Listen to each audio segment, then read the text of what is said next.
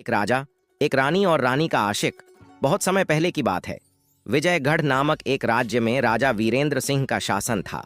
वे न केवल पराक्रमी योद्धा थे, बल्कि न्यायप्रिय और अनुशासन प्रिय भी थे।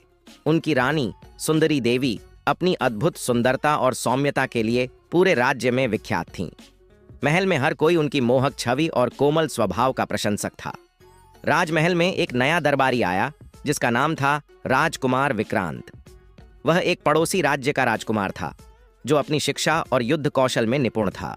लेकिन उसकी सबसे बड़ी खूबी थी उसकी मधुर वाणी और काव्य प्रेम।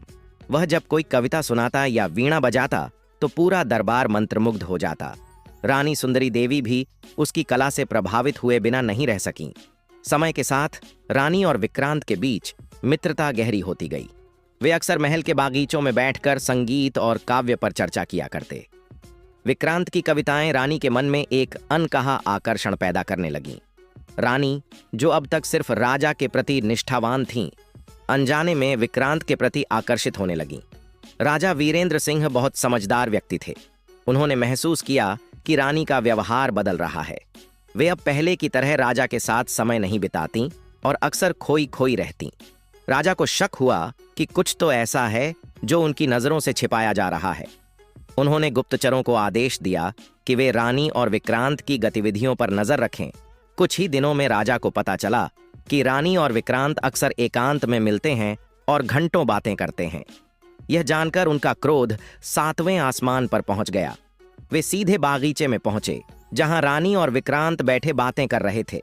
राजा को देखते ही रानी सहम गईं और विक्रांत घुटनों पर झुककर राजा से क्षमा मांगने लगा। राजा वीरेंद्र सिंह का गुस्सा चरम पर था, लेकिन वे एक न्यायप्रिय शासक थे।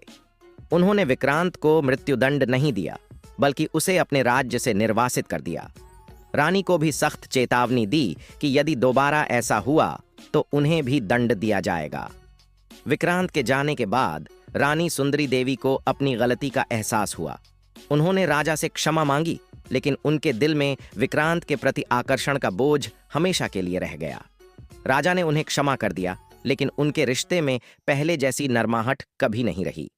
यह कहानी हमें सिखाती है कि भावनाओं पर नियंत्रण रखना आवश्यक है, क्योंकि एक छोटी सी गलती भी जीवन को पूरी तरह बदल सकती है।